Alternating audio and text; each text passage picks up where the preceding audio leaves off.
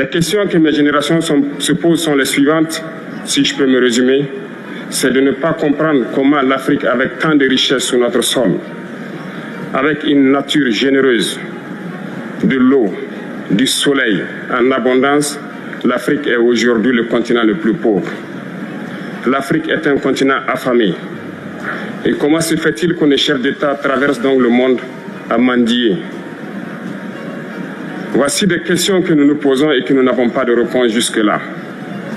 Nous avons l'occasion de tisser de nouvelles relations. Et j'espère que ces relations puissent être les meilleures pour donner un meilleur avenir à nos peuples.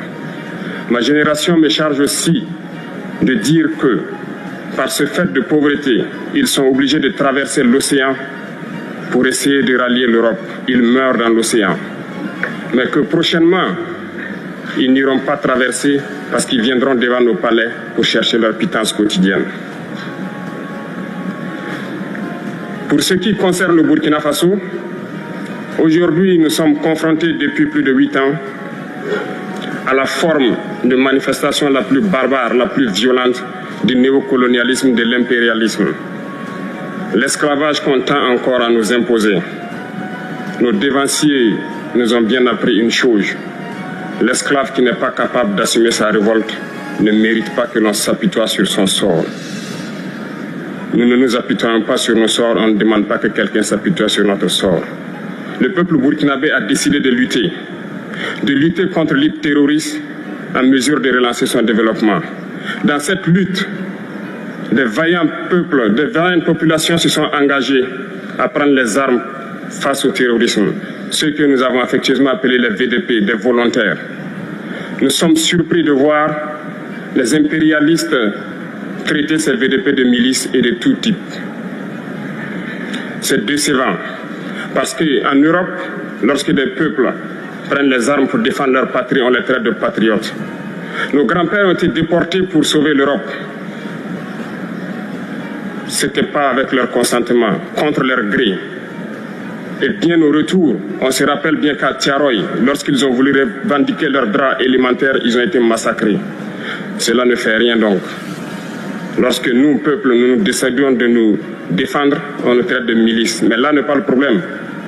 Ce qui est le problème, c'est de voir des chefs d'État africains qui n'apportent rien à ces peuples qui se battent, mais qui chantent la même chose que les impérialistes en nous traitant de milices, en nous traitant donc d'hommes qui ne respectent pas les droits de l'homme. De quel droit de l'homme parle-t-on? Nous nous offusquons contre cela et c'est honteux.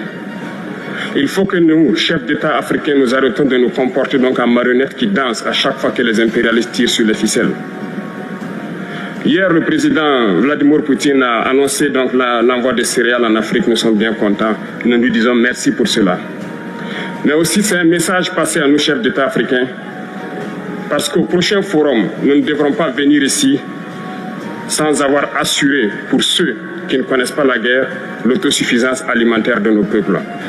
Nous devons prendre l'expérience de ceux qui ont pu déjà atteindre cela en Afrique, tisser de bonnes relations ici et tisser de meilleures relations avec la Fédération de Russie pour pouvoir assouvir les besoins de nos populations. Je ne serai pas peut-être long, le temps est imparti et très court. Nous sommes obligés de nous arrêter à un moment donné. Mais je voudrais terminer en disant que nous devons donc rendre hommage à nos peuples qui se battent. Gloire à nos peuples, dignité à nos peuples, victoire à nos peuples. La patrie ou la mort, nous vaincrons. Merci, camarades.